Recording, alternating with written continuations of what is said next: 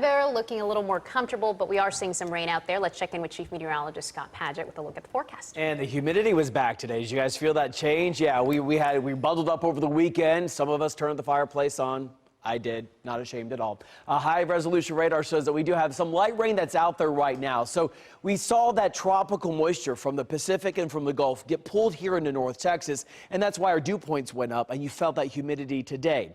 We have light rain around parts of the Metroplex, so nothing really causing any issues, but enough to make you run the windshield wipers and make for maybe a slower drive, running errands or getting the kids after school. We have that light rain also stretching down to near Gun Barrel City, Henderson County, Kaufman, Van Zandt County seeing some of that light rain as well. Maybe a couple of pockets, that is, of a little bit of heavier rain here or there. Widening out the view, still seeing more showers down to the southwest. All of this is traveling its way from the southwest to the northeast, so we do need the rain, and the cloud cover has been socked in through the day today. This is a look at the visible satellite. Some of our west counties seeing some peaks of sunshine trying to peek through. And as we go through the remainder of the night tonight and into tomorrow, you notice that the heaviest rain is going to be out in East Texas, maybe a little bit in our far southeast counties. That's where there's going to be more lift and better chances of some thunderstorms to develop. Now, we do need the rain. Drought monitor right now shows that through parts of the Metroplex, we do have extreme drought conditions. The remainder of the Metroplex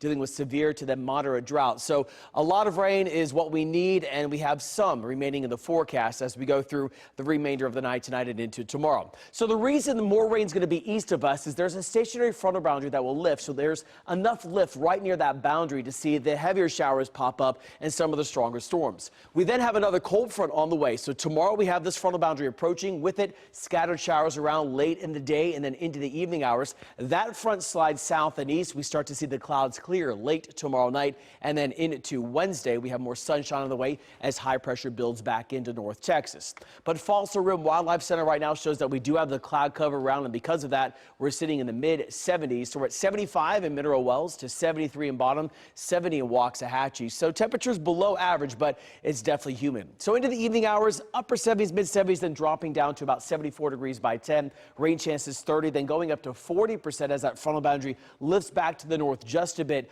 Tomorrow I do expect to see about 85 to 87 degrees. Our rain chances sit at 40% in the morning, dropping a bit in the late morning hours into the early afternoon, and then going back up again into tomorrow night as that frontal boundary approaches. And then after that, we cool down. We'll see 87 tomorrow, then drop to a high of only 70 on Wednesday. Sunny skies on the way. Thursday, we're back to 79. Friday, about 79 as well. Saturday, we're going to be warmer, about 87 degrees, and then we start to cool back down again as another front approaches. So scattered showers in the forecast. Saturday, not too bad. Sunday, our better rain chance. We go from the 80s Sunday and back down to highs in the 70s Monday.